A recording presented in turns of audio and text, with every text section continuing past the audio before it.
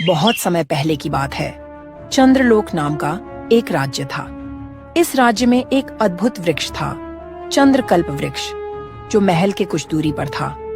यह वृक्ष असाधारण था। इसकी जड़ें गहरी थीं और माना जाता था कि यह वृक्ष पूरे राज्य में सुख समृद्धि की ऊर्जा फैलाता है। और जब इसकी पत्तियां झड़ती थीं, तो उन्हें पीसकर औषधि बनाई जाती थी, जो किसी भी बड़ा सा बड़ा रोगों का इलाज होता था। इसीलिए इस चंद्रकल्प वृक्ष को राज्य का रक्षक माना जाता था। पर एक दिन एक दुर्भाग्यपूर्ण घटना घट गई। चंद्रकल्प वृक्ष पत्तियां मुरझाने लगीं, जड़ें कमजोर पड़ गईं, वृक्ष सूखने लगा। अरे मंत्री जी, मैंने सुना है कि चंद्रकल्प वृक्ष सूख रहा है, जल्दी कुछ उसका उपाय करो। राज्य के वैद्य, पंडित और ज्योतिषी हैरान हो गए। उन्होंने अपना ज्ञान लगाया और निष्कर्ष निकाला कि वृक्ष की ऊर्जा फिर से वापस आ जाए। लेकिन वृक्ष की हालत खराब होती गई। महाराज अजय प्रताप बहुत चिंतित थे। राज्य की समृद्धि और सुख शांति चंद्रकल्प वृक्ष से जुड़ी थी। उसी राज्य के एक गांव चंडीपुर में एक युवा गडेरिया था, जिसका नाम नदीम था। अरे रामू, चंद्रकल्प वृक्ष तेजी से मुरझा रहा है। हमने कभी ऐसा नहीं देखा। अगर वह सूख गया तो हमारा राज्य बर्बाद हो जाएगा, क्योंकि उस पेड़ की पत्तियां से बड़ा रोग खत्म हो जाता है। महल में कोहराम मचा है। हाँ, मैंने भी सुना है कि महाराज बहुत चिंतित हैं। वैद्य, पंडित सब हार मान चुके हैं। बाबा, मुझे लगता है कि मुझे उस पेड़ को एक बार देखना चाहिए, क्योंकि मैं उस पेड़ से बात कर सकता हूँ। क्योंकि बचपन से ही जंगल और पहाड़ी इलाका में भेड़ बकरी चराता हूँ। मुझे पेड़ पौधे से बहुत लगाव है। मैं पेड़ को देखकर पता लगा सकता हूँ कि उसे क्या हुआ है। क्या तुम इस समस्या का समाधान कर सकते हो बेटे? तुम तो एक साधारण गडेरिये हो। मैं जानता हूँ कि मैं साधारण हूँ, पर मैं कोशिश करूँगा। मैं महाराज से मिलकर पूछूंगा कि मैं कैसे मदद कर सकता हूँ। फिर भी तुम्हारे दिल में सदिच्छा है तो जाओ बेटे, ईश्वर तुम्हें रास्ता दिखाएगा।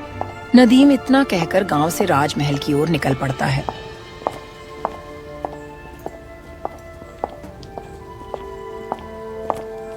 महल पहुंचते ही नदीम को कुछ सैनिक रोकते हैं। रुको रुको, महल में ऐसे कोई भी नहीं जा सकता। पहले अपना परिचय दो। मेरा नाम नदीम है। मैं चंडीपुर का गडेरिया हूँ। मैं महाराज से मिलना चाहता हूँ। चंद्रकल्प वृक्ष के बारे में कुछ बात करनी है। गडेरिया और महाराज की भेंट, ये क्या मजाक है? तुम महाराज से नहीं मिल सकते, जाओ यहाँ से। कृपया मेरा संदेश महाराज तक पहुँचाओ। मैं उस चंद्रकल्प वृक्ष का मदद करना चाहता हूँ। सैनिक हिचकिचाते हैं। फिर एक सैनिक भीतर जाकर सूचना देता है। कुछ देर बाद महल का एक मंत्री बाहर आता है। कहो युवक, क्या बात है? तुम क्यों परेशान हो? मंत्री जी, मैंने सुना है कि चंद्रकल्प वृक्ष को सच्चे मित्र की दरकार है। मैं उसके लिए कुछ करना चाहता हूँ। तुम क्या करोगे? न बड़े वैद्य कुछ कर पाए, न पंडित कुछ कर पाए। तुम सामान्य गडेरिये क्या कर पाओगे? साधारण व्यक्ति असाधारण मदद कर सकता है। यदि उसके हृदय में सच्ची भावना हो तो मुझे महाराज से एक बार मिलने दिया जाए तो शायद मैं कुछ कर सकूं। मंत्री उसकी दृढ़ता देखकर सोच में पड़ जाते हैं। आखिरकार वह सहमत होते हैं।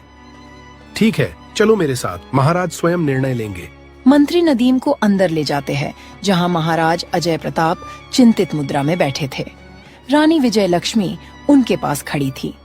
मंत्री नदीम को भीतर लाते हैं। मंत्री जी, ये कौन है और इसे अंदर क्यों लेकर आए हो? महाराज, यह युवक नदीम है। यह कहता है कि वह चंद्रकल्प वृक्ष की समस्या का समाधान ढूंढना चाहता है। तुम कैसे मदद करोगे बेटा? बड़े बड़े विद्वान असफल हो गए, लेकिन उस वृक्ष को कोई सही नहीं कर पाया, तो तुम क्या कर पाओगे? महाराज, मैं जानता हूँ कि मैं न विद्वान हूँ न योद्धा, पर मुझे प्रकृति से प्रेम है। मैं पेड़ों, पक्षियों, जीवों से बात करने का प्रयत्न करता हूँ। हो सकता है कि मैं कोई सुराग खोज निकालूं। बस मुझे अनुमति दें कि मैं वृक्ष के पास कुछ दिन रह सकूं। अच्छा तो ठीक है, यह असाधारण बात है, पर तुम्हारी आंखों में सच्चाई है। मैंने सुना है कि सच्चे हृदय वालों को प्रकृति संकेत देती है।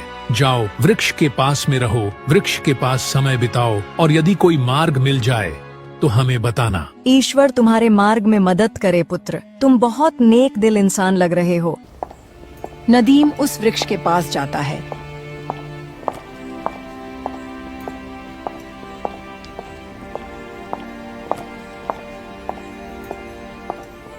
वृक्ष मुरझाने लगा था। नदीम वहां आकर बैठता है और बांसुरी बजाता है।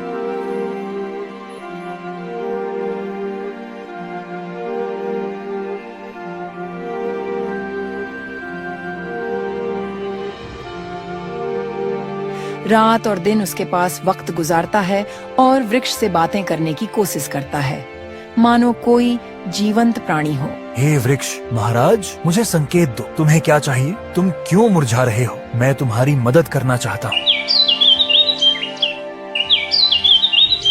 कुछ दिन बीतते हैं पर कोई उत्तर नहीं मिलता, पर नदीम हिम्मत नहीं हारता।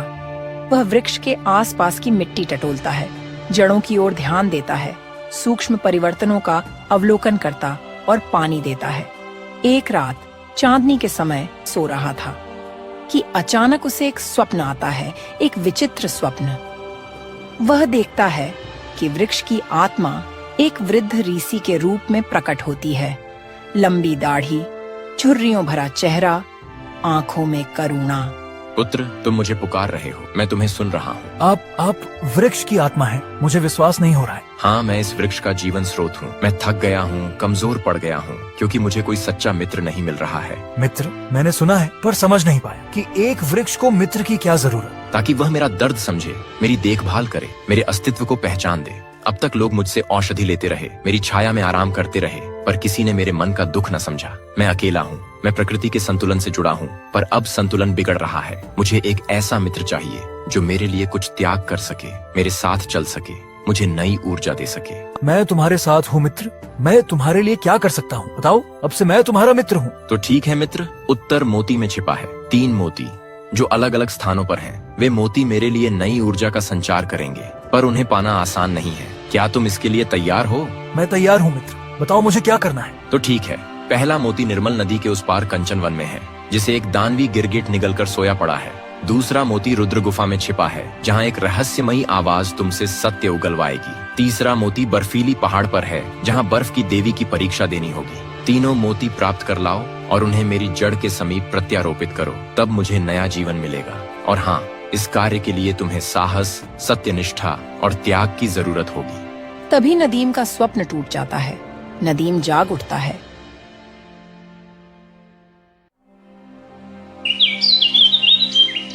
अगले दिन दरबार में नदीम अपनी योजना बताता है।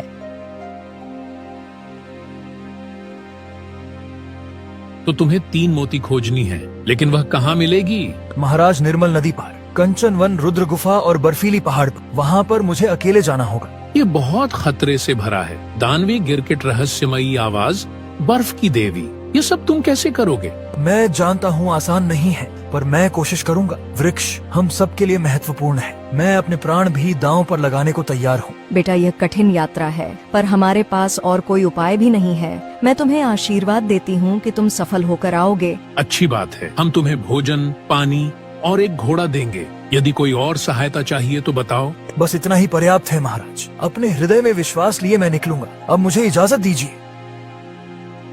नदीम राजमहल से विदा लेता है। प्रजा और दरबारी उसके साहस पर हैरान थे।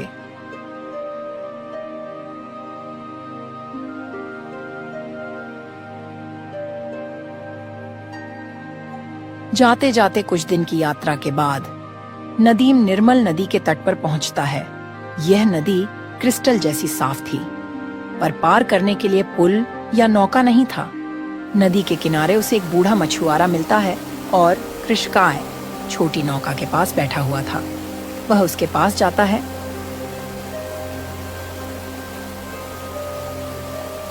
बाबा, मुझे इस नदी को पार कर कंचनवन जाना है। क्या आप मेरी मदद कर सकते हैं?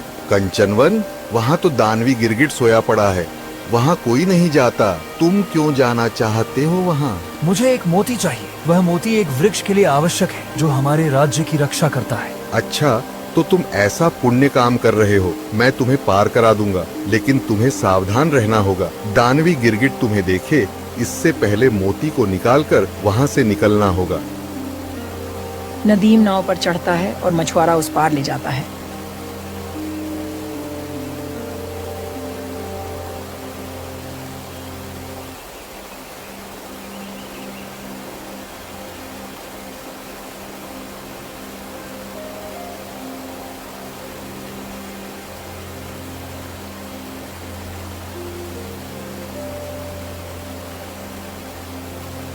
धन्यवाद बाबा, जो आपने उस पार से इस पार लाए। जाओ पुत्र, ईश्वर तुम्हारा रक्षा करे। नदीम कांचन वन में जाता है।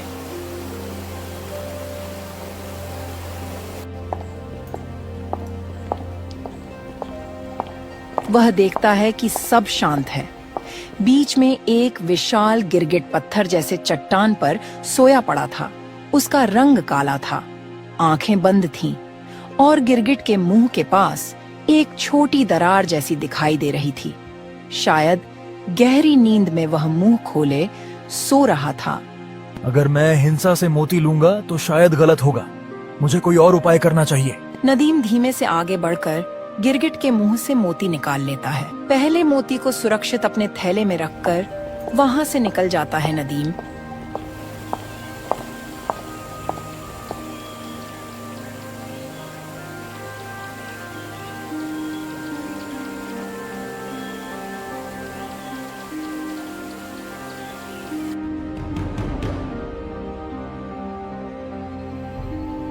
कुछ पहाड़ियां पार करके वह रुद्र गुफा पहुंचता है।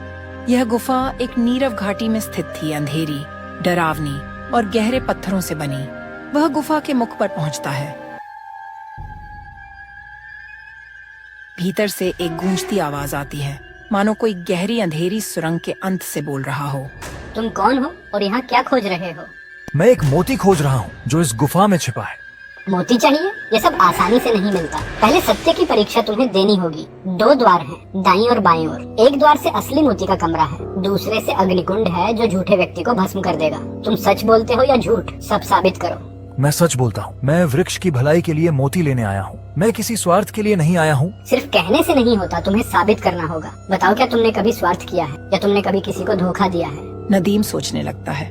उसने कभी जानबूझकर किसी को धोखा नहीं दिया था। हाँ, एक बार बचपन में मैं अपने दोस्त के आम खा लिए था बिना उसके पूछे, पर बाद में स्वीकार कर लिया था। बचपन में एक छोटी गलती की थी, पर मैंने सत्य स्वीकार कर क्षमा मांग ली थी। अब मैं पूरे हृदय से सत्य प्रिय हूँ। तुमने सत्य कहा, अपनी भूल भी कबूल की। इससे मैं प्रसन्न हुआ। जाओ दाएं द्वार से, वहाँ तुम्हें मोती मिल जाएगा। नदीम दाएं द्वार से प्रवेश करता है। वहाँ एक छोटे कक्ष में पत्थर की वेदी पर मोती रखा हुआ मिलता है, हल्की हरे रंग की आभा वाला मोती। वह उसे उठाता है। जाओ, तुम सत्य के मार्ग पर हो। दूसरा मोती तुम्हारा हुआ। नदीम आभार व्यक्त कर गुफा से निकल जाता है। अब 2 मोती मिल चुके थीं। तीसरा मोती बर्फीली पर्वत के शिखर पर था। नदीम पर्वत की चढ़ाई शुरू करता है।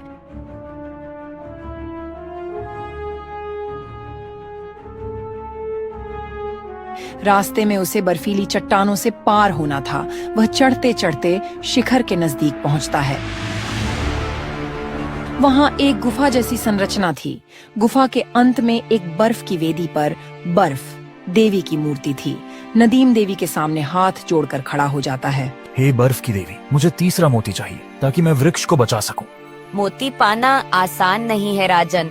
तुमने साहस और सत्य का परिचय दिया है, पर क्या तुम त्याग कर सकते हो? यदि मैंने मोती देने की शर्त रखी कि तुम्हें कुछ प्रिय वस्तु छोड़नी होगी, तो क्या तुम त्याग कर सकोगे? मैं त्याग करूंगा। मेरे लिए राज्य का कल्याण प्रिय है। मेरे लिए वृक्ष का जीवन प्रिय है। मैं अपना कोई भी प्रिय सामर्थ्य त्यागने को तैयार हूँ। तो बताओ, तुम्हारी प्रिय वस्तु क्या है? नदीम सोचता है। उसे अपनी बांसुरी बहुत प्रिय थी। बचपन से उसने उसे संभाल रखा था, क्योंकि उसकी माँ मरते वक्त उसे बांसुरी बहुत प्यार से दिया था। मेरी बांसुरी मुझे बहुत प्रिय है, पर यदि वह वृक्ष के जीवन के लिए यह त्याग आवश्यक है तो मैं इसे त्याग दूंगा। राजन, तुमने सिद्ध कर दिया कि तुम्हारा हृदय निस्वार्थ है। ले लो मोती और बांसुरी, वहीं रख दो वेदी के पास। नदीम मन भारी करके अपनी बांसुरी वेदी के सामने रख देता है और तीसरी मोती ले लेता है। तुम्हारा त्याग सच्चा था, इसलिए तुम्हारी बांसुरी मैं रखूंगी नहीं। मैं सिर्फ तुम्हारे हृदय की परीक्षा ले रही थी।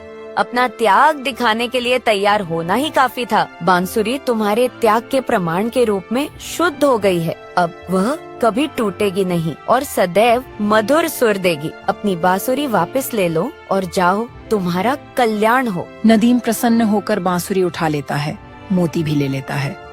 तीनों मोती लेकर नदीम अपने राज्य लौटता है।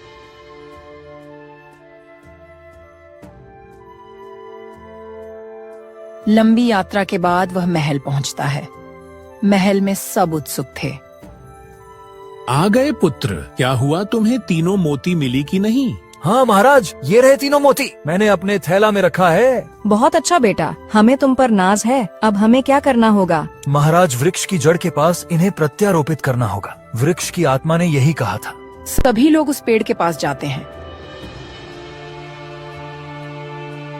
चंद्रकल्प वृक्ष सूखने के कगार पर हो गया था। नदीम वृक्ष जड़ों के पास छोटे गड्ढे बनाता है और मोतियों को क्रम से रख देता है। फिर जड़ों पर मिट्टी डाल पानी देता है। कुछ देर शांति छा जाती है। फिर धीरे धीरे वृक्ष की पत्तियां हरी होने लगती हैं। वहां उपस्थित सभी लोगों की आंखों में खुशी की चमक आ जाती है और सब जान जाते हैं कि वृक्ष पुनर्जीवित हो गया है। अद्भुत, हमारा चंद्रकल्प वृक्ष लौट आया। पुत्र नदीम, तुमने असंभव को संभव कर दिया। तुम्हारे साहस, सत्य और त्याग ने यह कर दिखाया। मैंने वचन दिया था कि जो इस समस्या का हल ढूंढेगा उसे मनचाहा पुरस्कार दूंगा। बोलो पुत्र, क्या चाहिए तुम्हें? महाराज, मैंने यह सब किसी पुरस्कार की चाह में नहीं किया। मुझे बस इतना चाहिए कि इस वृक्ष को सच्चा मित्र मिल गया है, जैसा वृक्ष चाहता था। सच्चा मित्र? मैं कुछ समझा नहीं। तुम्हारा कहने का अर्थ क्या है? महाराज, सच्चा मित्र वो होता है जो दूसरे के दुख को समझे, उसके लिए कुछ त्याग कर सके। मैंने वृक्ष से सीखा कि हमें प्रकृति को केवल लेना नहीं, देना भी चाहिए। यह वृक्ष अब मेरा मित्र है और मैं इसका देखभाल जीवन भर करूंगा। और जितना भी मेरे आसपास वृक्ष है, मैं उसे पानी दूंगा। बेटा, तुम्हारा हृदय बड़ा है, फिर भी हम तुम्हें कुछ देना चाहते हैं। यदि आप कुछ करना ही चाहते हैं तो राज्य के लोगों को प्रकृति के प्रति संवेदनशील बनाइए। वृक्षों की देखभाल के लिए नियम बनाइए। पर्यावरण की रक्षा कीजिए ताकि चंद्रकल्प वृक्ष अकेला न महसूस करे। ऐसा ही होगा। मैं यह घोषणा करता हूँ कि राज्य में वृक्षारोपण होगा। वन रक्षक नियुक्त किए जाएंगे और सभी को प्रकृति की अहमियत समझाई जाएगी। कुछ दिन बाद नदीम अपने गांव चंडीपुर लौटता है। वहाँ के लोग उसका स्वागत करते हैं। नदीम बेटा, तुम्हारे साहस और सत्य ने हमें गर्वित किया। मैंने सोचा भी न था कि तुम ऐसा करोगे। तुमने हमें सबक सिखाया कि छोटे लोग भी बड़ा काम कर सकते हैं। बाबा, मैंने सिर्फ कोशिश की। हमें कभी छोटा बड़ा नहीं सोचना चाहिए, बस सत्य और नेक रास्ते पर चलना चाहिए। इसी तरह पूरे राज्य के लोग खुशी खुशी अपना जीवन बिताने लगते हैं। यह कहानी हमें सिखाती है कि सच्ची मित्रता केवल मानवों के बीच ही नहीं, बल्कि मनुष्य और प्रकृति के बीच भी संभव है। हमें प्रकृति से सिर्फ लेना नहीं, देना भी चाहिए। सम्मान, देखभाल और प्रेम, साहस, सत्य और त्याग से असंभव लगने वाले कार्य भी पूरे हो जाते हैं। एक साधारण व्यक्ति भी असाधारण बदलाव ला सकता है यदि वह सच्चे हृदय से प्रयास करे। इसी तरह जब हम दूसरों की जरूरत समझते हैं, उनके लिए त्याग करने को तैयार होते हैं, तब हम सच्ची मित्रता के मोती अर्जित करते हैं। ये मोती वही ऊर्जा देते हैं जो पूरे समाज को, पूरे पर्यावरण को सच्ची खुशहाली प्रदान करती है। बचाओ बचाओ, कोई मुझे बचाओ! बचाओ बचाओ, कोई मुझे बचाओ! वह दौड़कर देखता है कि एक छोटी लड़की एक पत्थर पर फंसी थी, जहाँ पानी का प्रवाह तेज था। यदि वह गलती से गिर गई तो बहाव उसे दूर ले जाएगा। आरव आगे बढ़ता है, बड़ी मुश्किल से लड़की को खींचकर सुरक्षित किनारे पर लाता है। लड़की कांप रही थी। धन्यवाद भैया, मैं पानी भरने आई थी, पैर फिसल गया। अब तुम सुरक्षित हो। तुम कहाँ रहती हो? दूर एक छोटी बस्ती है, मैं वहीं रहती हूँ। आप मेरे घर चलिए, खाना खा लीजिए। लगता है आप कई दिन से भूखे हैं। प्राचीन समय की बात है। नंदनपुर नाम का एक बड़ा और खुशहाल राज्य था, जहाँ के लोग खेती बाड़ी, कारोबार और कला कौशल में माहिर थे। लेकिन इस राज्य के भीतर एक गहरी तकलीफ छिपी थी। बरसों से राज्य के दो हिस्सों के बीच आपसी दुश्मनी और नफरत बनी हुई थी। उत्तर में उदयपाट और दक्षिण में सूर्यपाट नाम के दो इलाके थे, जहाँ आए दिन झगड़े और छोटी मोटी लड़ाइयाँ हो जाती थीं। राजा सुखदेव इन लगातार होते विवादों से बहुत परेशान थे। वह चाहते थे कि पूरे राज्य में शांति हो, लोग प्यार से रहें, पर उनकी सारी कोशिशें बेकार साबित हो रही थीं।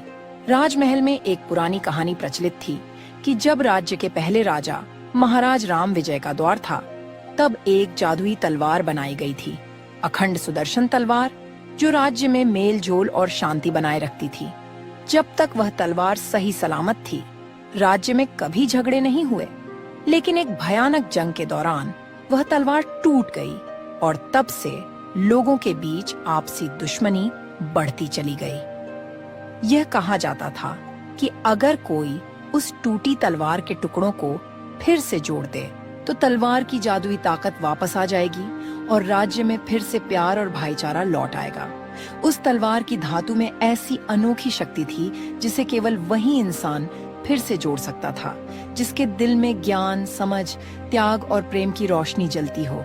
उसी राज्य के एक छोटे से गांव कांजलपुर में एक जवान लोहार आरव रहता था। आरव बेटे, सुना है कि दरबार में फिर झगड़ा बढ़ रहा है। उत्तर और दक्षिण के लोग एक दूसरे से दुश्मनी करते हैं, कभी सामान देना बंद कर देते हैं तो कभी रास्ते बंद कर देते हैं। हाँ, बाबा सुखदेव भी बहुत चिंतित हैं, पर कोई उपाय नहीं मिल रहा। कहते हैं कि टूटी तलवार को जोड़ दो तो शांति आ जाएगी, पर भला यह कौन करे। मैंने सुना है कि तलवार जादुई है और उसे जोड़ने के लिए कोई अद्भुत गुण चाहिए। मुझे पता नहीं मैं कर पाऊंगा या नहीं, पर मैं कोशिश करना चाहता हूँ। अरे भाई, तुम यह क्या सोच रहे हो? तुम एक साधारण लोहार हो। बड़े बड़े लोहारों ने कोशिश कर ली लेकिन सब असफल रहे। भला तुम क्या कर पाओगे? बेटा, हमें अपने जीवन में किसी को हल्के में नहीं लेना चाहिए। कभी कभी साधारण लोगों में भी असाधारण कार्य करने की क्षमता होती है। आरव, अगर तुम्हारा मन कहता है तो प्रयास जरूर करना। जी बाबा जी, मैं दरबार जाकर अनुमति मांगूंगा। कम से कम कोशिश तो करूंगा। आरव राजमहल में जाता है, तभी सैनिक उसे रोकते हैं।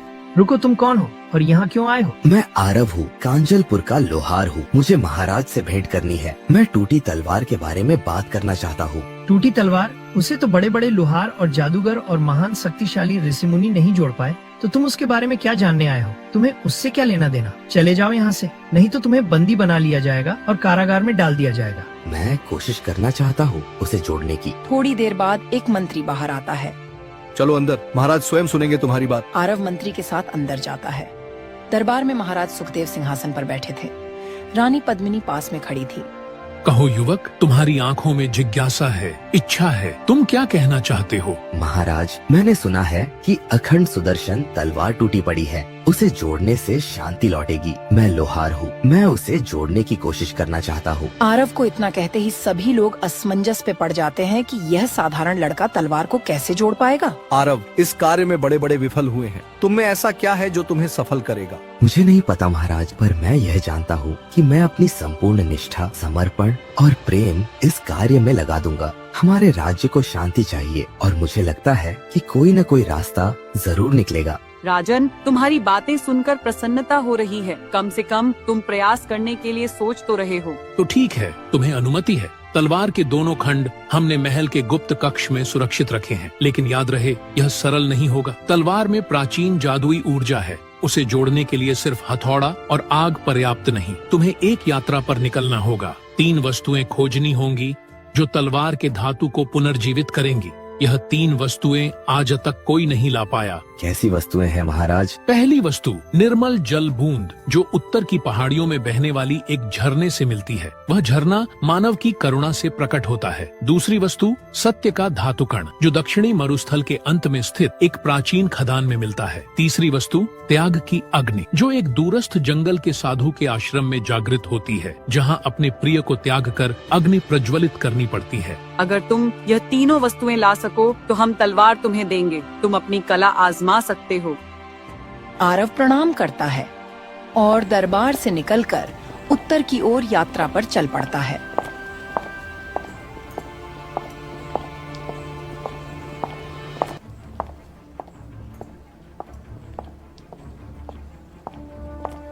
कई दिन चलने के बाद वह ऊंची पहाड़ियों पर पहुंचता है, जहां उसने एक सुंदर झरने के बारे में सुना था। वहां पहुंचकर उसे तेज बहती हुई जलधारा दिखती है और वहां तक पहुंचना नामुमकिन लगता था। तभी अचानक उसे एक लड़की की आवाज सुनाई देती है। बचाओ बचाओ, कोई मुझे बचाओ! बचाओ बचाओ, कोई मुझे बचाओ! वह दौड़कर देखता है कि एक छोटी लड़की एक पत्थर पर फंसी थी, जहां पानी का प्रवाह तेज था। यदि वह गलती से गिर गई तो बहाव उसे दूर ले जाएगा। आरव आगे बढ़ता है, बड़ी मुश्किल से लड़की को खींचकर सुरक्षित किनारे पर लाता है। लड़की कांप रही थी। धन्यवाद भैया, मैं पानी भरने आई थी, पैर फिसल गया। अब तुम सुरक्षित हो। तुम कहाँ रहती हो? दूर एक छोटी बस्ती है, मैं वहीं रहती हूँ। आप मेरे घर चलिए, खाना खा लीजिए। लगता है आप कई दिन से भूखे हैं। आरव उसके घर जाता है, जहाँ उसकी माँ चिंता में डूबी थी। माँ रोते हुए बोलती है और आरव के धन्यवाद करती है। ईश्वर तुम्हें आशीर्वाद दे बेटा, हम तुम्हारे एहसानमंद रहेंगे। लड़की की माँ घर के कोने से एक छोटी चमकीली शीशी निकालती है जिसमें निर्मल जल की एक बूंद रखी थी। यह वही जल था जिसके बारे में राजा ने कहा था। मैं जानती हूँ कि तुम उस निर्मल जल बूंद की तलाश में हो। इस पहाड़ी पर ऐसा जल मिलता है, पर केवल उस व्यक्ति को मिलता है जो सहानुभूति दिखाए। तुमने मेरी बेटी की जान बचाई, अपने लक्ष्य को भुलाकर पहले उसे बचाया। यही करुणा की निशानी है। यह लो वह निर्मल जल बूंद। यह तुम्हारी पहली वस्तु है। इसके लिए बहुत राजा महाराजा यहाँ आए, लेकिन कोई इसे प्राप्त नहीं कर सका। आरव हैरान होकर शीशी ले लेता है।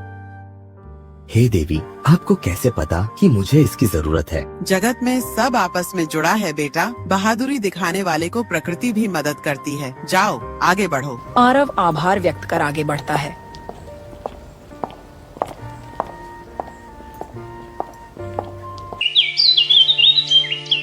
कई दिन की यात्रा के बाद आरव दक्षिण की ओर बढ़ता है। धूप तेज थी, वह हिम्मत नहीं हारता। धीरे धीरे आगे बढ़ता है। तभी उसे एक वृद्ध यात्री मिलते हैं जिनके होंठ सूखे थे। वे थककर जमीन पर बैठे थे। बेटा, थोड़ा पानी है क्या तुम्हारे पास? बहुत जोर से प्यास लगी। अगर पानी नहीं मिला तो मैं यही तड़प तड़प कर मर जाऊंगा। बाबा, मेरे पास तो पानी नहीं है, मगर मैं आपको ऐसे नहीं छोड़ूंगा। मैं अभी पानी की तलाश करता हूँ, आप कुछ देर रुकिए। आरव पानी की तलाश करता है, मगर उसे कहीं भी पानी नजर नहीं आता है।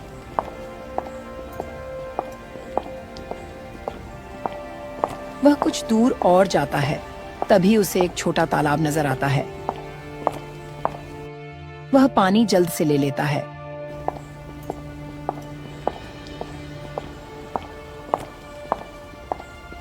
और बूढ़े बाबा के पास जाता है तो देखता है कि बाबा प्यास की वजह से बेहोश हो चुके थे। वह बाबा को पानी पिलाता है। तब उन्हें होश आता है। धन्यवाद पुत्र, तुम सत्य के मार्ग पर हो। बाबा, आप कौन हो और आप इस पीरान पहाड़ी इलाका में आप क्या करने आए हो? मैं इस मरुस्थल का रखवाला हूँ। तुम सत्य का धातु कण ढूंढने आए हो जो गहरी खदान में मिलता है, लेकिन खदान का दरवाजा खुलने से पहले तुम्हें सत्य की परीक्षा पास करनी होगी। हाँ बाबा, मैं इसके लिए तैयार हूँ। हाँ तो बताओ, क्या तुमने कभी निस्वार्थ से काम किया है? क्या तुमने कभी अपने मन में झूठ पालकर किसी को चोट पहुँचाई? आरव सोच में पड़ जाता है और कुछ देर बाद बोलता है, मैं संपूर्ण सत्यवादी होने का दावा नहीं करता। बचपन में मैंने एक बार झूठ बोला था। अपने मित्र के पकवान खा लिए और उस पर इल्जाम लगा दिया था, पर उस गलती के बाद मैंने सत्य अपनाया, मित्र से क्षमा मांगी और तब से कभी झूठ नहीं बोला। सत्य यह नहीं कि कभी गलती न की हो, सत्य यह है कि गलती कबूल कर सुधरने का साहस रखो। तुमने अपना बीता झूठ स्वीकार किया, यह तुम्हारी सत्यनिष्ठा का प्रमाण है। जाओ, दक्षिणी मरुस्थल के अंत में तुम्हें एक छोटी पहाड़ी दिखेगी। वहाँ पुरानी खदान है, तुम्हें धातुकण वहीं मिलेगा। बूढ़े व्यक्ति वहाँ से गायब हो जाते हैं। आरव आगे बढ़ता है और खदान तक पहुंचता है।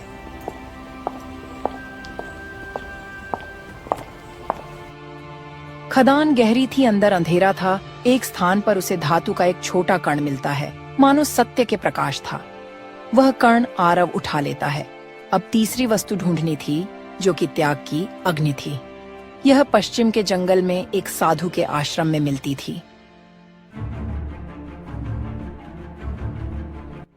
वह पश्चिम की ओर बढ़ता है, कई दिन सफर करता है।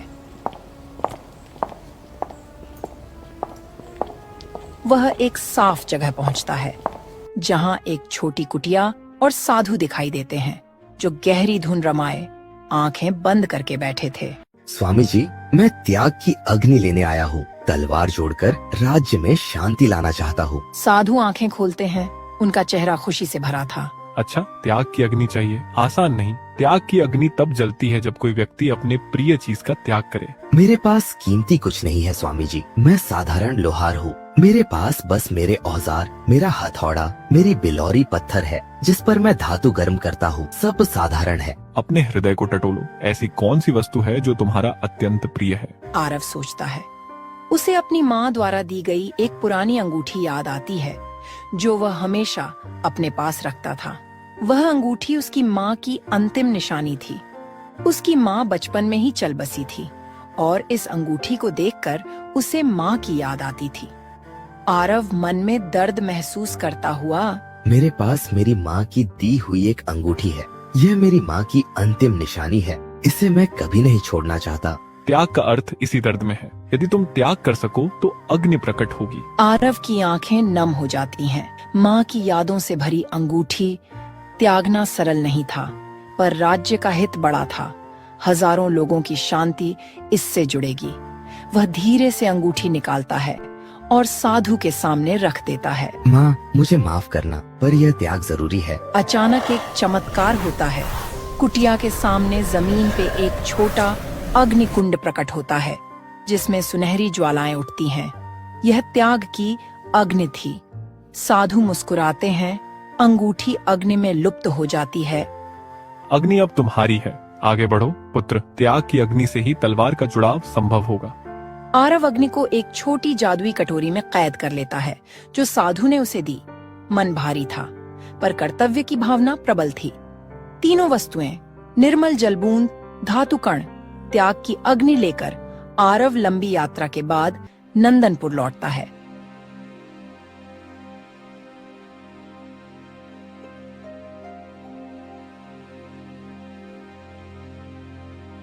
महल के द्वार पर सैनिक अब उसे सम्मान से अंदर ले जाते हैं। राजा आश्चर्य और खुशी से बोले, आरव, तुम सफल हो गए। सचमुच लाए हो वो तीनों वस्तुएं। मुझे तो जरा भी विश्वास नहीं हो रहा है। आज मैं कितना खुश हूँ, यह मैं तुम्हें बता नहीं सकता। दरबारियों के सामने आरव शीशी में निर्मल जलबूंद दिखाता है। अद्भुत! ये सारी वस्तुएं जुटाकर तुमने कमाल कर दिया बेटा। मंत्री, अब हमें तलवार के 2 खंड लाने होंगे। महाराज इशारा करते हैं। सैनिक गुप्त कक्ष से टूटे हुए तलवार के टुकड़े लाते हैं। तलवार एक बार स्वर्ण जैसी चमकती है। महाराज, मैं अपने लोहार खाने में इसे जोड़ना चाहूँगा, जहाँ मैं सहज महसूस कर सकूं। बिल्कुल, हम तुम्हारे साथ चलेंगे और देखेंगे कि तुम इस तलवार को कैसे जोड़ते हो। कांजलपुर के छोटे लोहार खाने में जाते हैं, जहाँ आरव काम करता था।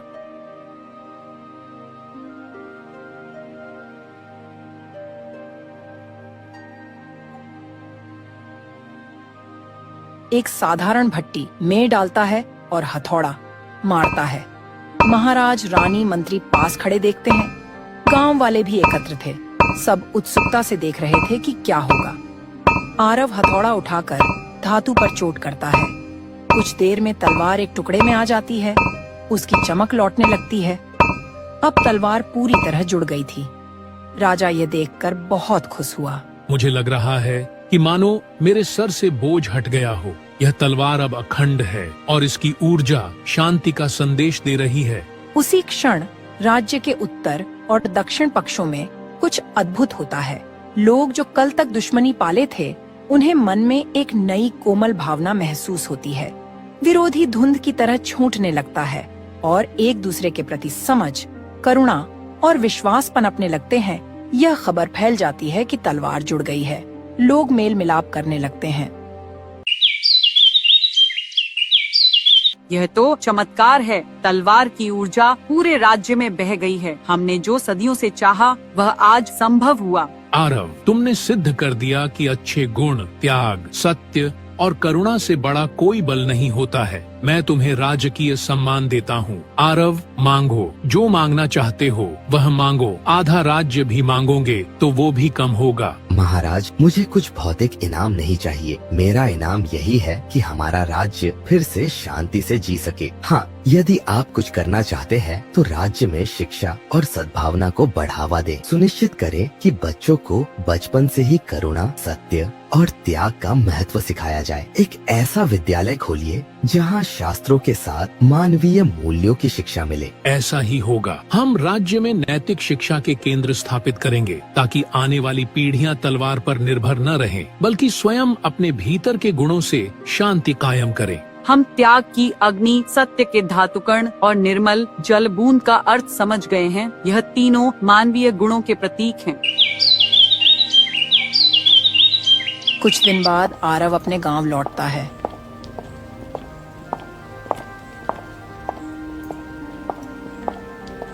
गांव के लोग उसका स्वागत करते हैं। बेटे, तूने बताया कि हथौड़े की ताकत से नहीं, हृदय की शक्ति से असंभव और संभव होता है। राज्य में शांति के लिए हम सब तेरा आभार मानते हैं। मैंने कुछ खास नहीं किया, बस कोशिश की, सही राह पर चला और मार्ग में जो परीक्षाएं आईं उन्हें पार किया। गांव वाले आरव की बात सुनकर बहुत खुश हुए और सभी गांव के लोग खुशी खुशी अपना जीवन बिताने लगते हैं। यह कहानी हमें सिखाती है कि असली ताकत हथियारों या ताकत में नहीं, बल्कि करुणा, सत्य और त्याग जैसे अच्छे गुणों में होती है। चाहे समस्या कितनी भी बड़ी हो, अगर इंसान इन गुणों को अपनाए तो वह टूटे रिश्तों को सुधार सकता है, दुश्मनी खत्म कर सकता है और समाज में शांति ला सकता है। सच और प्यार की ताकत किसी भी जादुई तलवार से ज्यादा होती है, क्योंकि यह दिलों को बदल देती है। इस कहानी का मतलब यही है कि जब हम अपने स्वार्थ से ऊपर उठकर सबके भले के लिए जीते हैं, तब हम नामुमकिन चीजें भी मुमकिन बना सकते हैं।